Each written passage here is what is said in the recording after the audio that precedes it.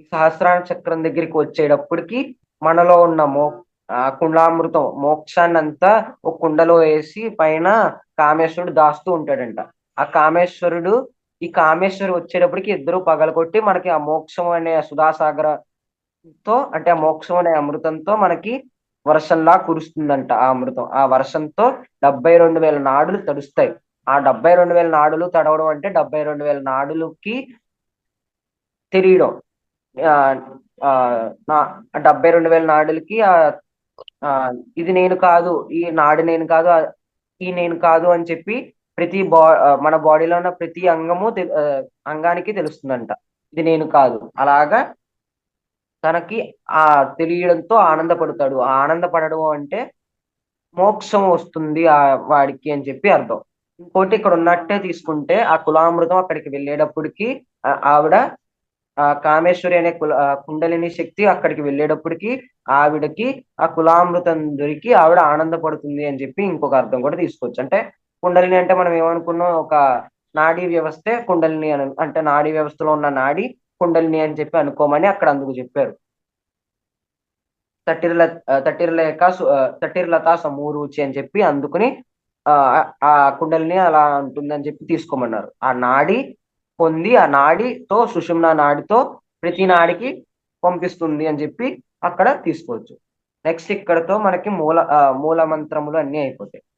తర్వాత ఆ భవాని భావనాగమ్య భవారణ్య కుటారిక, అమ్మవారిని భావనలతో పూజిస్తే ఏ విధమైన భావనలు అంటే బ్రహ్మ భావన, అక్షర భావన, మహేశ్వర భావన, ఈ మూడు విధాలైన భావనలతో పూజిస్తే ఆవిడ భవారణ్యం అంటే సాగరం నుంచి ఈ భవారణ్యం అనే దాన్ని ఒక గంట గుడ్డలతో కొట్టి పాడేస్తుందంట ఆవిడ.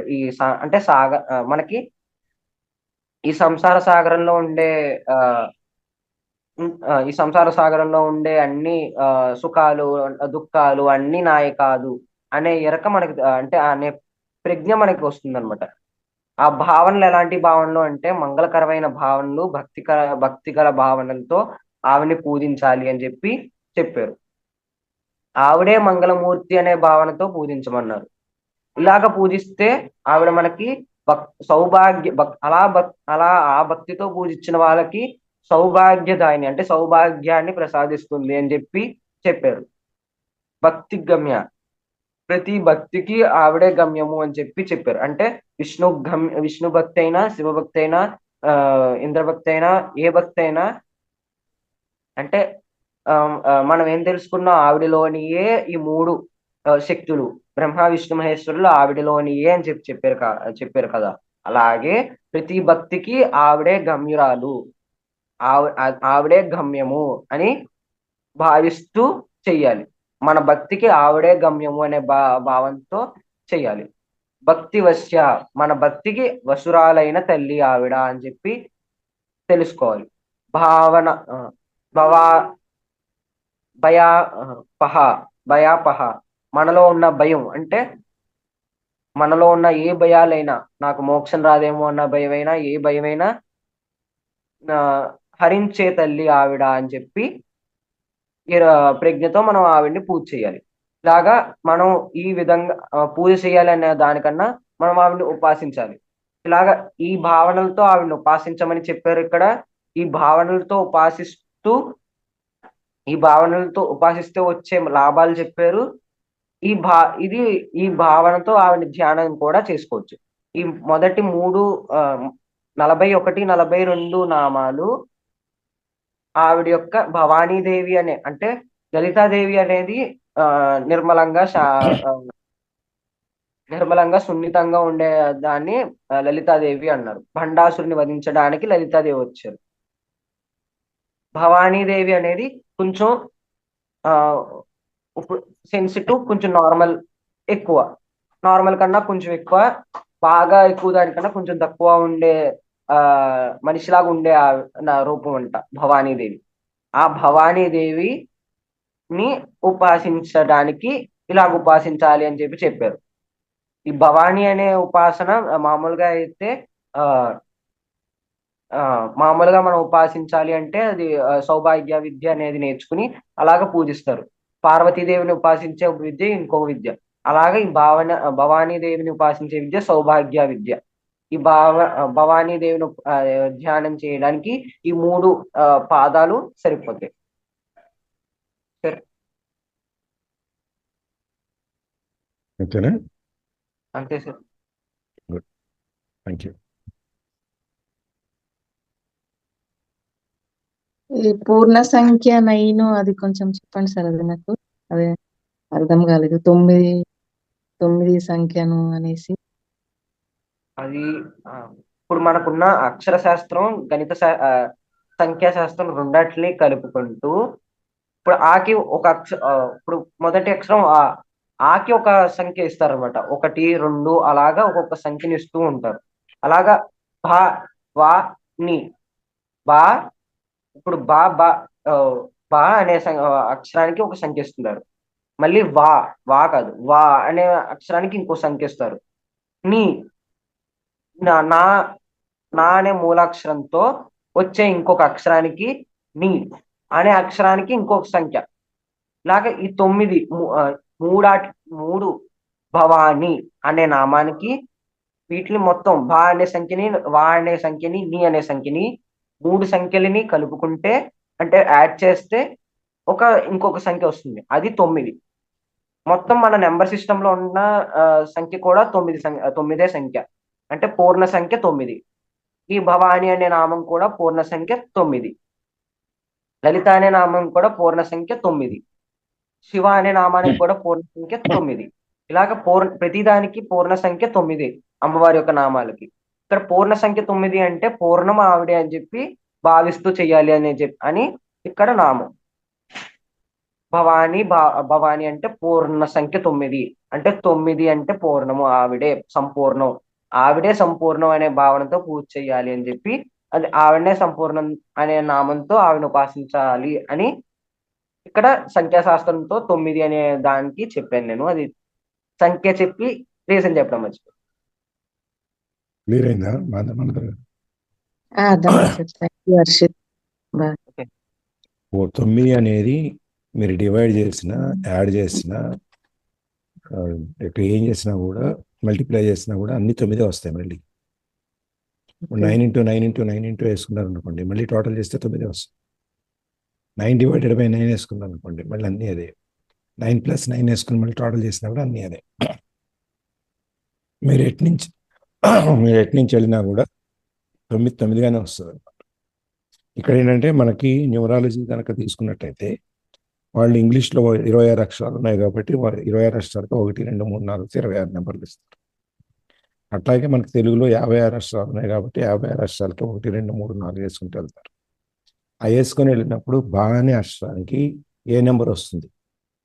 36 వచ్చింది అనుకోండి, లేకపోతే 45, 48, 90 వచ్చింది అనుకో. అట్లాగే వా అనే అక్షరానికి 26 వచ్చింది. నా అనే అక్షరానికి ఒక అక్షరం అంక వచ్చింది. ఈ మూడింటిని కూడా కలిపామనుకోండి, మళ్ళీ 9 వస్తుంది. మీకు క్లారిటీ కావాలంటే రాసి, అక్షరాలని రాసి దానిపై నెంబర్లు వేసుకుని ఆ అక్షరానికి ఏ నెంబర్ వచ్చిందో కనుక మీరు చూసి టోటల్ చేసుకుంటే 9 వస్తుంది. ఇక్కడ భవాని అనేది మనం తెలుగులోకి మార్చుకుంటే భవాని వచ్చింది. అక్కడ హిందీ, ఇప్పుడు ఇది దేవనాగరి లిపిలో ఉంటుంది సాంస్క్రిట్ మొత్తం. ఈ దేవనాగరి లిపిలో ఏంటంటే మనకి అక్షరాలు 16 అక్షరాలు అయితే దీంట్లో వస్తాయి. మనకి ఏంటి, తెలుగు గుణింతంలో అయితే 16 అక్షరాలు వస్తాయి, 13 వస్తాయి. ఈ 12, 13 వచ్చేటప్పటికి ఏంటంటే అక్కడ సంఖ్యలు మారిపోతూ ఉంటాయి. ఇప్పుడు బాకి 1 కాకుండా 2 ఇవ్వచ్చు, వాకి 1 ఇవ్వచ్చు. అలాగా ఈ దేవనాగరి లిపిలో ఇచ్చేది వేరు. అలాగే వాళ్ళు మన యొక్క స్వరశాస్త్రం ప్రకారం, అంటే మన యొక్క బ్రీతింగ్ ప్రకారం, అంటే ఒక బా అనేటప్పుడు మనం వచ్చే ఫ్రీక్వెన్సీ ప్రకారం దానికి సంఖ్య ఇస్తూ వెళ్ళారు. ఆ సంఖ్యలు నేను ఎప్పుడు రీసెర్చ్ చేయలేదు. ఆ సంఖ్యని అలా ఇచ్చారు వాళ్ళు, ఒక ఫ్రీక్వెన్సీ ప్రకారం. లేకపోతే మనం వదిలే గాలి ఎక్కడెక్కడి నుంచి వస్తుంది, ఏ ఏ రంధ్రాల నుంచి వస్తుంది, అవన్నీ చూసుకుని వాళ్ళు ఇచ్చుంటారు. అది దాని చూసుకుంటే ఇక్కడ 9 అనేది పూర్ణ సంఖ్య వస్తుంది భవాని అనే నామానికి.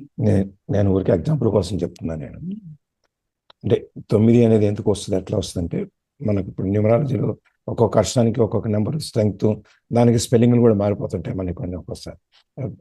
ఆ స్పెల్లింగ్ మార్చి చెప్తాను నేను, ఆ కంపారిజన్ అర్థం అవడం, కాన్సెప్ట్ అర్థం అవడం కోసం చెప్పాను. దేవనాగరి లిపిలో వాళ్ళు అక్కడ ఇచ్చిన శబ్దాన్ని బట్టి, శ్వాసను బట్టి, మన యొక్క శరీరంలో జరిగే మార్పులను బట్టి, వాటి ఇప్పుడు మనం దీర్ఘంగా శ్వాస తీసుకున్నాం అనుకోండి, ఒక మార్పు జరుగుతుంది.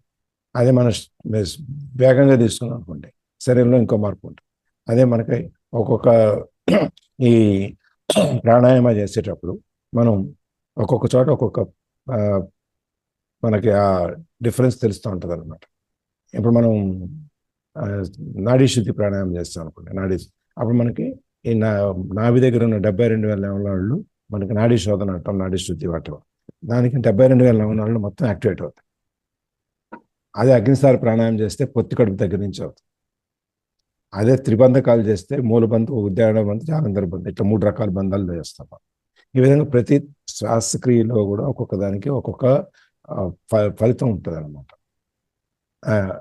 దాన్ని చేసిన దాని వలన వీళ్ళు అప్పుడు ఆ క్యాలిక్యులేషన్ మనకు అర్థమై ఉండకపోవచ్చు ఇప్పుడు ప్రస్తుత పరిస్థితిలో.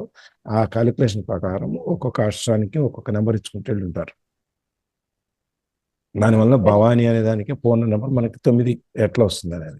అంటే బా కంటే 26, బా అంటే 29 అట్లని కాదు అనేది. అది నేను ఊరికే కంపారిజన్, ఎందుకు 9 పూర్ణ సంఖ్య రావాలంటే ఏ విధంగా చేస్తారో న్యూమరాలజీలో ఎట్లా ఉంటుంది అనే దాని గురించి చెప్పాను. న్యూమరాలజీకి దేవనాగరి లిపికి సంబంధమే లేదు అసలు. అప్పటికి ఇంకా న్యూమరాలజీ పుట్టినది పోస్తే దేవనాగరి లిపి టైంకి. అది మనకి హిందీలో ఉన్నది అయితే 13 అక్షరాలు దేవనాగరిలో ఉన్నాయి. అంటే దేవనాగరి లిపిలో 13, 12 అక్షరాలు హిందీలో తీసుకున్నారు. అసలు హిందీ తీసుకోవాలంటే అదొక లాంగ్వేజ్, 5 లాంగ్వేజెస్ ని కలుపుకుంటే హిందీ అయింది అది. అలాగా ఈ దేవనాగరి లిపి దానికి తీసుకున్నారు. అలాగే సాంస్క్రిట్ కూడా దేవనాగరి లిపి ఉంటుంది, కానీ అక్కడ అక్షరం పలికే విధానం వేరుంటుంది. ఆ అక్షరానికి ఇప్పుడు కా అంటే అది ఖా, ఇక్కడ హిందీలో ఖా అయితే అక్కడ ఖా అవ్వచ్చు. మనకి ఈజీగా ఉండడానికి దేవనాగరి తీసుకున్నాం. ఆల్రెడీ హిందీలో మనం అందరం అలర్ట్ అయ్యాం కాబట్టి. యాక్చువల్లీ సాంస్క్రిట్ కి అయితే అది వేదిక్ సాంస్క్రిట్ కి అయితే అది సపరేట్ లిపి ఉండేది దానికి, సాంస్క్రిట్ కి. ఇప్పుడు మనం పలికే అక్షరాలన్నీ సాంస్క్రిట్ లోనే ఉంటాయి. మూల భాష అన్నిటికీ సంస్కృతే కదా. కానీ తమిళ్ అది అది ఓన్ గా స్టార్ట్ అయిన లాంగ్వేజ్ అది. సాంస్క్రిట్ కన్నా ముందున్నది. అలాగే దాని యొక్క పలికే విధానం వేరు, దాని యొక్క అక్షరం లిపి వేరు. ఇప్పుడు మన ఇంగ్లీష్ ఉందనుకోండి, మనం ఏ అని చదవాలంటే ఏ అంటాం. అదే మాంటిసర్లోకి వెళ్తే ఆ అంటారు. మాంటిసర్లో ఆ అంటారు, ఏ అంటారు. అట్లా ఒక్కొక్క విధానానికి ఒక్కొక్క ప్రొనౌన్సియేషన్, ఒక స్టైల్ ఉంటుంది. దేవనాగరిలో ఒక్కొక్క అక్షరాలు తక్కువ ఉంటాయి, దాని అక్షరాలు పలికే విధం వేరుగా ఉంటాయి. మనం బా అంటే బా అంటాం, అక్కడ ఇంకో విధంగా పలకొచ్చు బహుశా. అందుకని ఆ అదే ఈ 9 పూర్ణ సంఖ్య ఎందుకు చేరింది అంటే ఈ పలికే సౌండ్ని బట్టి, అవును సార్, మన శ్వాసక్రియని బట్టి, దాని మీద వచ్చే మార్పులు. ఇప్పుడు మనకి గాయత్రి ఉందనుకోండి, గాయత్రిలో మనం కనుక కరెక్ట్గా చదవడం మొదలు పెడితే మన శరీరంలో మొత్తం అంతా వైబ్రేషన్ వస్తుంది. అవును సార్. మనం గాయత్రి పూర్తిగా అట్లా చదువుతామా, చదవం. అట్లా ఒక్కొక్క ఒక్కొక్క అక్షరానికి ఎక్కడ శ్వాస తీసుకోవాలి, ఎక్కడ శ్వాస వదిలేయాలి, ఎక్కడ ఆపాలి, ఇవన్నీ ఉన్నాయి 24 అక్షరాలకి. ఆ 24 చదివితే మనకి గడగడగడగా చదివేసుకుంటూ వెళ్ళిపోతాం. అలా కాదు. అది మనం ఇక్కడ కూడా అమ్మవారి గురించి చెప్పేటప్పుడు కూడా మీకు చూడండి, మూలాధార చక్రం నుంచి సహస్రార చక్రం దాకా తీసుకెళ్తాం. మీరు ఇందాక దగ్గర చెప్పారు మూలాధార చక్రాల అంకిత అని చెప్పారు, అక్కడి నుంచి మొదలెట్టాను. ఆమె నివాస స్థానం మూలాధార చక్రం. అవును సార్. మూలాధార చక్రం అంటే మన వెన్నెముకలో చివరి భాగం కింద ఉంటుంది. అది ఏ షేప్లో ఉంటుంది అంటే ఒక కాయిల్ షేప్లో ఉంటుంది, రౌండ్గా చుట్టూ. అంటే అందుకని అది అన్ని సర్పంతో పోలుస్తారు, సర్పంలాగా చుట్టుకుని పడుకుని ఉంటుంది అని చెప్పేసి. 3.5 చుట్లు చుట్టుకుని కూర్చుంటుంది. అందుకని సర్పంతో కూడా పోలుస్తారు అక్కడ. ఎప్పుడైతే అక్కడి నుంచి అమ్మవారు మళ్ళీ మధ్యలో స్వాదిష్టాన చక్రం వదిలేశాడు, మణిపూరక చక్రం దగ్గరికి వచ్చాడు. అక్కడి నుంచి మళ్ళీ ఆజ్ఞా చక్రంకి వెళ్ళాడు. అవును సార్. మణిపూరక చక్రం తర్వాత అనాహత చక్రము, స్వాదిష్టానం, మన విశుద్ధి చక్రం వదిలేసి మళ్ళీ ఆజ్ఞా చక్రం దగ్గరికి వచ్చారు. వీటన్నిటికీ పైన సహస్రార చక్రం ఇక్కడ. ఆమె అక్కడ కూర్చొని ఉంటుంది. అవును సార్. ఈ మధ్యలో ఎందుకు వదిలేసారు చక్రాలు అనే దానికి మనకి ఎక్కడ ఏం చెప్పలేదు, దాన్ని మనకు తెలియదు. మీకు ఏమైనా చూస్తే అంటే కులామృత కులాంగస్త. కులాంగస్త అంటే కుల వధువు అని చెప్పి అర్థం. అక్కడ కుల వధువు అంటే కొన్ని కొన్ని ఇంట్లో వెళ్ళి ఆగి, అంటే ఆవిడ ఆగి వెళ్ళే ఆ వాళ్ళని అంటే కులాంగస్త అని చెప్పి అంటారు వాళ్ళు. అలాగా ఇలాగా మూలాధారం, మణిపూర్వకం, ఆజ్ఞ, స్వాదిష్టానం, ఇలాగ కులాంగస్త. కొన్ని కొన్ని ఇళ్లలోకి వెళ్ళి ఆగి చేసుకుంటూ వెళ్ళే ఆవిడ్ని కులాంగస్త అంటున్నారు. ఇంకోటి ఏంటంటే మూలాధారం నుంచి మణిపూరకం వచ్చేంత వరకు ఆపకూడదు కుండలిని. మళ్ళీ అంటే అక్కడ రెస్ట్ తీసుకుంటుంది. అక్కడ వరకు వచ్చేంత వరకు కుండలిని యాక్టివేట్ అయ్యే ఉంటుంది. అక్కడ ఆగి మళ్ళీ మణిపూర్వకం ఆజ్ఞ వచ్చేంత వరకు ఆగుతుంది. ఆజ్ఞ నుంచి మళ్ళీ స్వాదిష్టానం. ఈ రెండు చోట్ల కొంచెం స్లోగా వెళ్తుంది మణిపూర్వకం, అదే కుండలిని. అంటే ఆగి వెళ్తూ ఉంటుంది. ఆ స్టాప్స్ ని ఇక్కడ విష్ణు గ్రంథి ఈ గ్రంథాలు విడుస్తుంది అని చెప్పి చెప్పారు అక్కడ. ఇంకోటి మనం ఏంటంటే కాయిల్స్ కింద ఉంటుంది అని అనుకున్నాం కదా. ఇప్పుడు ఇక్కడి నుంచి ఇక్కడికి వచ్చేంత వరకు ఒక ఇక్కడ విడుపుకుని ఒక కాయిల్ వచ్చిందంటే మూలాధార మణిపూర్వకం వరకు వచ్చింది, ఎక్స్టెండ్ అయ్యి సరిపోయింది అనుకోవచ్చు. మళ్ళీ ఇంకో కాయిల్ ఇక్కడ వరకు వచ్చేంత వరకు ఇంకో కాయిల్ సరిపోయింది. మళ్ళీ ఇంకోటి ఇప్పుకొని ఇక్కడ వరకు వచ్చేంత వరకు ఇంకో కాయిల్ సరిపోయింది. అలాగా వాళ్ళు ఈ నాడి కింద ఉండే అలా తటిర్లత సమారుచి అని ఉండే అంత సన్నగా ఉండే నాడి అలాగ చుట్టుకొని ఉంటే ఒక్కొక్క చోటకు వచ్చేటప్పటికి ఒక్కొక్క కాయిల్ ఇప్పుకుంటూ వెళ్ళింది పైకి అని చెప్పి చెప్పారు. అది కూడా ఇక్కడ తీసుకోవచ్చు మనం. అదే ఇప్పుడు అది మణిపూర్వక చక్రం, మూలాధార చక్రం నివాస స్థానం అయితే అక్కడి నుంచి మణిపూర్వక గ్రంథ భేదిని అని అడుగుతారు. Yes sir. అంటే మణిపూర్వక చక్రాన్ని భేదిస్తుంది అన్నమాట. అంటే భేదించడం అంటే విస్ఫోటం, పగలగొట్టడం, ఆ చక్రాన్ని లేపటం. మణిపూర్వక చక్రాన్ని లేపిన తర్వాత గ్రంథి సార్, బ్రహ్మగ్రంథి, విష్ణు గ్రంథి, వీటిని లేపి ఆజ్ఞా చక్రంలో వెళ్ళి ఉంటున్నా మళ్ళీ అక్కడ. ఆజ్ఞా చక్ర నివాసిని అని చెప్పి మన ఆజ్ఞా చక్రం అంటే ఇక్కడ ఉంటుంది నొసట్లో. దాని తర్వాత ఎక్కడంటే 1000 ఆకులు ఉన్నటువంటి తామర పువ్వు అంటే ఈ సహస్రార చక్రం. ఈ తామర పువ్వులాగా విచ్చుకొని 1000 ఆకులు దాంట్లో కూర్చుంటుంది. ఆ అమ్మవారు కూర్చునే తామర పువ్వు ఏదైతే ఉంటుందో అది సహస్రార చక్రం దగ్గర ఉంటుంది అన్నమాట. ఆ లాస్ట్లో 4 మొత్తం ఆ 7 చక్రాలని బ్రహ్మ గ్రంథి, విష్ణు గ్రంథి, ఇవన్నీ మనకి పిట్యూటరీ గ్లాండ్, ప్రోస్టేట్ గ్లాండ్, ఇవన్నీ మనకు బాడీలో కొన్ని గ్లాండ్స్ ఉన్నాయి కదా, గ్రంథులు ఉన్నాయి కదా. వాటిని ఎక్కడైతే ఇప్పుడు మనకి ఆ నాడీ సిస్టము ఇవన్నీ ఏవైతే ఉన్నాయో వాటి నుంచి దాన్ని లేపి అంటే మన యాక్టివేట్ చేస్తాం. ఇవన్నీ మనకి ఆ విద్యలన్నీ పోయినాయి, ఇప్పుడు లేవు మనకి. అవన్నీ ఎక్కడో కొద్దిమంది నేర్పుతున్నారు. కరెక్ట్ అయిన గురువు నేర్పితే ఇవన్నీ చేయొచ్చు, కానీ కరెక్ట్ గురువు దొరకడం కష్టం. ఇప్పుడు ఇంకోటి ఈ కుండల్ని ఎలా తీసుకోవాలంటే తటిర్లత అన్నారు కదా ఇక్కడ, అంటే తామరపువ్వు తాడు. అది తామరపువ్వు అయితే పైన, కింద తామరపువ్వు కాడలాగా ఈ కుండలి సహస్రానం నుంచి కింద వరకు తీసుకుంటే అలా ఉంటుంది అని చెప్పి కూడా తీసుకోవచ్చు. ఇక్కడ తామర తోడ ఉంటది, కింద పైన పువ్వు ఉంటుంది, కింద తోడు ఉంటుంది, దాన్ని కాడ అంటాం కదా. ఆ కాడ కూడా కరెక్ట్గా యాక్చువల్గా స్ట్రైట్ ఉంటుంది, కొంచెం వంకర ఉంటుంది. అది కూడా ఈ 6 చక్రాలు ఆ కాడ వరకు తీసుకుంటే ఆ పైన ఉన్న తామర పువ్వుని 7 చక్రం, సహస్ర చక్రం కింద తీసుకొచ్చారు.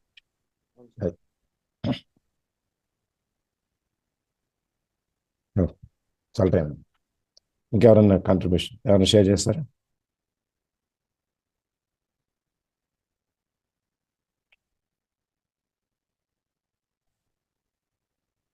ఎవరైనా షేరింగ్? సార్ షేరింగ్ ఏం లేదు సార్. ఇవన్నీ చదువుకుంటా పోతారు కానీ సార్ ఇంత అర్థం ఉందా అని అనిపిస్తుంది సార్ వింటుంటే. అంతే కదా సార్? మేము 20 సార్లు చదివాము, 108 సార్లు చదివాము, 116 సార్లు చదివామని బడిలో కనుక 1, 2, 3 ఎకాలు చదివినట్టు చదువుతుంటారు అర్థం లేకుండా. వాటి అన్నమాల ఎంత కథ ఉంది సార్, ఎంత అర్థం. మనము అన్ని కూడా మళ్ళీ కూడా మనం తెలుసుకోలేము. ఇదంతా ఇసుక రేణువంతా మళ్ళీ మనం. అదే అందుకంటే ఇవన్నీ అర్థం తెలుసుకుని వీటినంతా పరిశోధించి అన్ని కనుక్కొని చేయాలి అంటే మామూలుగా వాళ్ళకి సాధ్యం కాదు. అందుకని అమ్మవారు అప్పుడే నా పేర్లు చదివినా చాలు మీరు అందరు ఆ పుణ్యము ఆ భావం అది ఆ శక్తి ఏదైతే ఉందో నా పేరు చదివినా వస్తుంది. అది కూడా ఓపిక లేకపోతే విన్నా కూడా వస్తుంది అని చెప్పారు. మనకు అన్ని కన్సెషన్లు ఇచ్చారు, దాన్ని కూడా మనం గ్రేట్ సార్, అందరం గ్రేట్ గ్రేట్ సార్. కనీసం విందాంలే, ఎవరో చదువుతున్నారు లలిత సహస్రనామం అని చెప్పి కూర్చొని వినగతామా? వినం. సరే వాళ్ళు చదువుకుంటున్నారులే, మనకి ఎందుకు లేదు, నీ పేర్లు విన్నామా, వెళ్ళిపోయామా, అయిపోయింది. దానికి కూడా ఓపిక లేదు మనకి.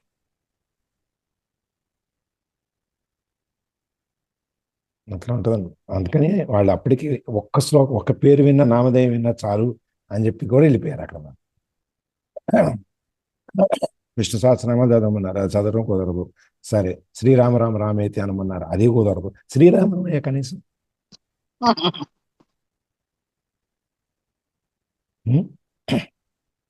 అందుకని మనం ఏదైనా ఒక విషయం తెలుసుకునేటప్పుడు, చదివేటప్పుడు దాని యొక్క భావం ఏంటి, ఎందుకుంది, ఎక్కడికి వచ్చింది అనేది కూడా చూసుకుంటూ చదవాలి. అప్పుడు మనకు దాంట్లో లీనమైపోవడం జరుగుతుంది. లేదా పై పైన చదువుకుంటే ఏముంది, అట్లా అయిపోయింది.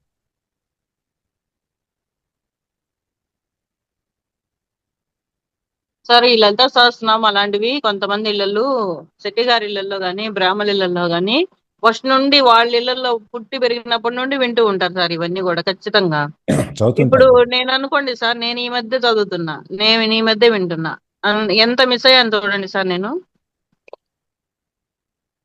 మేము వాటిలోనే పుట్టి పెరిగామంటున్నారు వాళ్ళు. ఎంత కొంత తెలుస్తుందిగా, 100% తెలియపోయినా. చాలా మంది ఏం చేస్తారంటే చదివేటప్పుడు, ఇప్పుడు పైకి చదవట్లే, ఎవరు లోపల లోపల చదివేసుకుంటున్నారు, కనీసం వినేటువంటి అవకాశం కూడా రావట్లా. మా గుడికి ఒక ఆవిడ వస్తారు, దేవి అని చెప్పి. షీ జస్ట్ అబౌట్ 40 years ఉంటాయేమో, 35-40 years. ఎంత రాగయుక్తంగా, ఎంత భావయుక్తంగా చదువుతుంది అంటే ఆమె లలిత శాస్త్రము దాదాపుగా ఒక 25 నిమిషాలు, అరగంట సేపు చదువుతాను. ఎంత స్పష్టంగా, చుట్టూ ఎవరన్నా వింటారేమో, ఏమన్నా అనుకుంటారేమో అని కూడా. ఆమె సంగీతం కూడా నేర్చుకుందాం అంటే వచ్చనమాట. అందుకని ఆ పుస్తకం పెట్టుకొని ఆమె పాటికి ఆమె చదువుకుంటూ వెళ్ళిపోద్ది. ఎవరేమనుకుంటున్నారు, ఎవరేం చేస్తున్నారు, వింటున్నారా లేదా అనేది అసలు నాకు సంబంధం లేదు. నేను సార్, చదువుకోవాలి, పిచ్చి నేను గొంతులన్నీ వేసుకొని బాబా అని మాలాంటి వాళ్ళమే చదువుతున్నాం సార్. ఆమె రాగయుక్తంగా చదువుతున్నప్పుడు ఇంకెందుకు సార్ భయం? భావయుక్తంగా కూడా చదువుతాను. నేను కనపడింది, నేను అంటే చెప్పి ఎన్నిసార్లు 2 నిమిషాలు మాట్లాడాలి తర్వాత అని చెప్తున్నాను. నేను అడావిడిగా ఉన్నాను కదా, అంత గొప్పగా చదువుతాయి ఆమె చదువుతుంటే. చాలా మంది కూర్చొని వింటారు చాలాసేపు, పనులు ఉన్నా కూడా 15 గంట సేపు, 10 నిమిషాలు వినేసి వెళ్ళిపోతారు. ఆమె ఫ్యాన్స్ కూడా ఉన్నారు మా దాంట్లో. సరే ఇవాళ మేడం రాలేదు, లలిత చదవట్లేదు అని అడుగుతారు. అట్లా అది ఒక్కొక్కరికి ఒక్కొక్క అదృష్టం, భగవంతుడు ఒక్కొక్కరికి ఒక్కొక్కటి ఇస్తాడు. ఇది చేయండి, ఇది చేయండి, ఇట్లా ఉండండి అని చెప్పి. కనీసం ఇప్పుడు మీరు సంతోషించాల్సింది ఏంటంటే, కనీసం ఇప్పుడన్నా మీకు అవకాశం వచ్చి ఇప్పుడు నుంచి మొదలు పెట్టారు. అది ఇంకా మేము ఇంకా అది కూడా లేదు, మేమేం చెప్పుకోవాలి.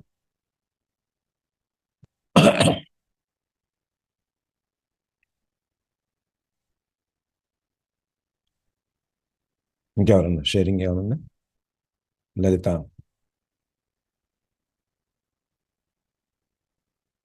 రహిత, జై శ్రీరామ్ సార్. జై ఇక్కడ శ్రీరామ్. సేవింగ్ ఏం లేదు కానీ సార్, ఆ బాబు హర్షిస్తున్నారు కదా, తనకి మీకు ఈక్వల్ గా మీరంటే అంటే సీనియర్స్ అనమాట మీరు ఎదురును. ఇక బహుశా నాకు తెలిసి మిగతా వాళ్ళందరూ జూనియర్స్ ఏమని అనుకుంటాను సార్. నాకు వర్ణించడానికి కానీ వివరించడానికి కానీ ఇంక మాకైతే ఆ స్థాయిలో నాలెడ్జ్ అయితే లేదని నేను అనుకుంటాను సార్. అందుకని ఓన్లీ వినడము, ఆస్వాదించడము, గమనించడం మాత్రం నేను చేయగలను సార్. బాగుంది సార్, చాలా బాగుంది హర్షిస్తారు. థ్యాంక్స్ అన్న, ధన్యవాదాలు. తెలియనివన్నీ తెలుసుకుంటున్నాం సార్. అంటే ఇంత డెప్త్ గా పిన్ టు పిన్ పదానికి పదానికి వివరణ ఇవ్వడం అనేది ఎక్కడ ఉండదు సార్. మీరు లలిత సహస్రాలు కానీ చదువుతుంది, అది వింటుంటే టీవీ ఆన్ చేసి ఆమె చెప్తుందండి. ఈవినింగ్ 6 o'clock 6:30కి టీటీడీ పెట్టుకోండి, అది పెట్టుకుంటూ పనులు చేసుకోండి అంటారు. కానీ అది అంటే కిచెన్ లో కానీ ఏదైనా బిజీగా ఉంటే వెళ్ళి ఆన్ చేయండి, ఫోన్ లో పెట్టుకుంటానేమో అంటాను. కానీ ఆ టీవీలో అది పెట్టుకుంటే ఫ్రీక్వెన్సీ వస్తుంటే ఎనర్జీ బాగుంటది కదా. ఆ టోటల్ ఫ్రీక్వెన్సీ అంతా కూడా, అట్మాస్ఫియర్ అంతా కూడా ఒక టైప్ ఆఫ్ ఫ్రీక్వెన్సీలో ఉన్నట్టు ఫీల్ అయితే చాలా బాగుంటుంది వినడానికి. కానీ మనమే రెగ్యులర్ నేను చదవడం అనేది ఇంకా స్థాయి కూడా వెళ్ళలేదు, ఎప్పుడు చదవడానికి కూడా ట్రై చేయలేదు సార్. వింటున్నప్పుడు చాలా బాగుంటుంది. కానీ ఈ బాబు పిన్ టు పిన్ డైరెక్ట్గా దాన్ని వివరిస్తుంటే మాత్రం దీనికి ఎంత అర్థం ఉంటుందా, ఎంత లోతుగా ఉంటుందా ఇది అనేది మాత్రం అర్థమవుతుంది. Thank you. ఇంకా పై పైన టచ్ చేస్తున్నాడు, ఇంకా లోపలికి వెళ్తున్నారు. అయి ఉండొచ్చు సార్, అదే చెప్తున్నా కదా, కనీసం ఆ పై పైన టచ్ చేయడం, కానీ మేము ఊహకు కూడా, నాకైతే ఊహకు కూడా అందదు, నేను ఇలా వినగలనేమో అని కూడా అనుకోలేదు ఎప్పుడు కూడా. థ్యాంక్ యూ అమ్మా, థ్యాంక్ యూ సార్. అందరూ అదృష్టం వింటున్నాం మనం ఇప్పుడు. అవును సార్. ఇప్పుడు మూడు కావ్యాలు వింటున్నాం. ఒకటి సహస్రనామం వింటున్నాం, ఒకటి భాగవతం వింటున్నాం, భగవద్గీత వింటున్నాం. కనీసం మనం మొదలుపెట్టిన తర్వాత ప్రభావతి గారి పుణ్యం అని ఇన్నేళ్ల తర్వాత కనీసం మొదలుపెట్టాం. అవును సార్, అవి భగవద్గీత భాగవతం అంటారా, అయితే సినిమా రూపంలో కానీ, ఇప్పుడు సాగంటి వారు కానీ అదర్ అలాంటి వారి ద్వారాగా మనము ఒకసారి కాకపోతే ఒకసారైనా విని ఉన్నాం మేము, అంటే కొద్దిగా విని ఉన్నాం, జ్ఞాపకం వస్తుంది. సావిత్రి మ్యామ్ కానీ మన జ్యోతి గారు కానీ చెప్తూ ఉంటుంటారు. ఈ లలిత సహస్రనామం మాత్రం ఎప్పుడు గొప్ప వివరణ అనేది వినమేమో అనుకుంటా, ఇదే ఫస్ట్ టైం వింటున్నామా అన్నట్టు ఆ ఫీల్ లో ఉంటుంది అనమాట సార్. బాగుంటుంది.